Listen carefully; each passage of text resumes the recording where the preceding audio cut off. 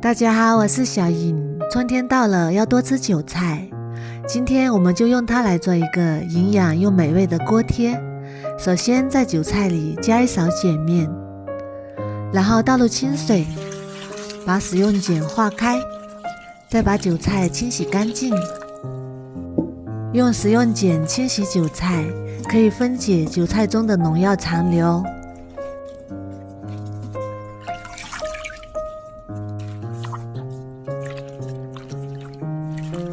接下来再用流动的清水多洗2遍。清洗干净之后，放到肉篮里控干水分备用。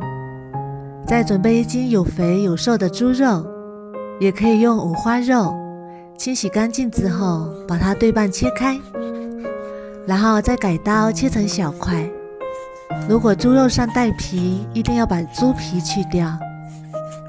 全部切好之后，把它放入绞肉机里，也可以用刀剁成肉馅，然后盖上盖子，绞成猪肉馅。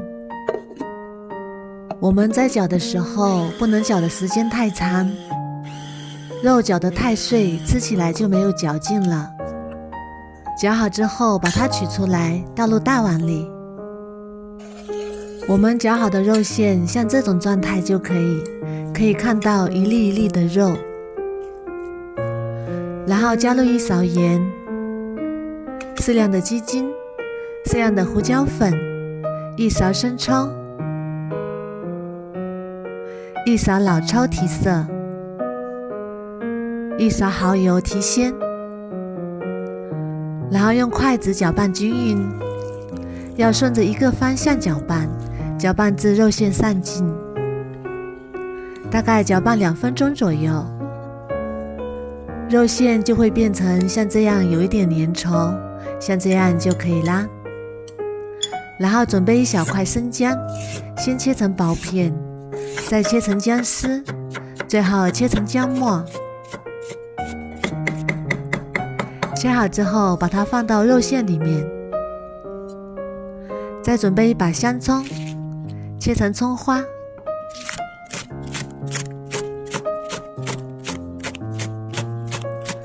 切好之后，把它放到肉馅里面，然后淋上烧开的热油，激发出葱花的香味。这一步可以锁住肉馅的水分和鲜味，还可以锁住肉馅的香味。然后搅拌均匀。搅拌均匀之后，再打入1个鸡蛋，再次搅拌均匀。加1个鸡蛋可以使肉馅更加的滑嫩粘稠，像这样就可以啦。先放一旁备用。再把控干水分的韭菜切成韭菜末，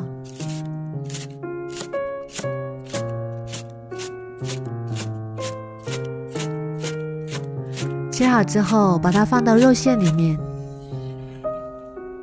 放进去之后，先不要直接搅拌，加1勺食用油进来。先把韭菜搅拌一下，油能锁住韭菜的切口，防止韭菜出水。像这样，先把韭菜拌好之后，我们再把肉馅和韭菜一起拌匀。好啦，这样我们的肉馅就已经调好啦。这个馅料可以包包子、包饺子、包馄饨，都非常的合适，闻着就非常的香。接下来准备适量的饺子皮，再把调好的肉馅放到饺子皮上，然后整理一下，然后在饺子皮两边抹上清水，这样能够让饺子皮粘得更加结实一点。然后把中间捏起来，像这样就可以啦。这个做法比包饺子、包包子、包馄饨都要简单。全部做好之后，把它放到篦子上备用。中间要留有空隙，防止粘黏。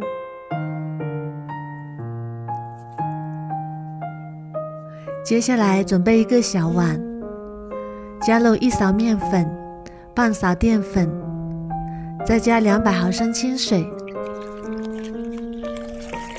再加入5克食用油，然后搅拌均匀，先放一旁备用。接下来起锅，放少许食用油，油热之后，整齐地摆上我们做好的生坯，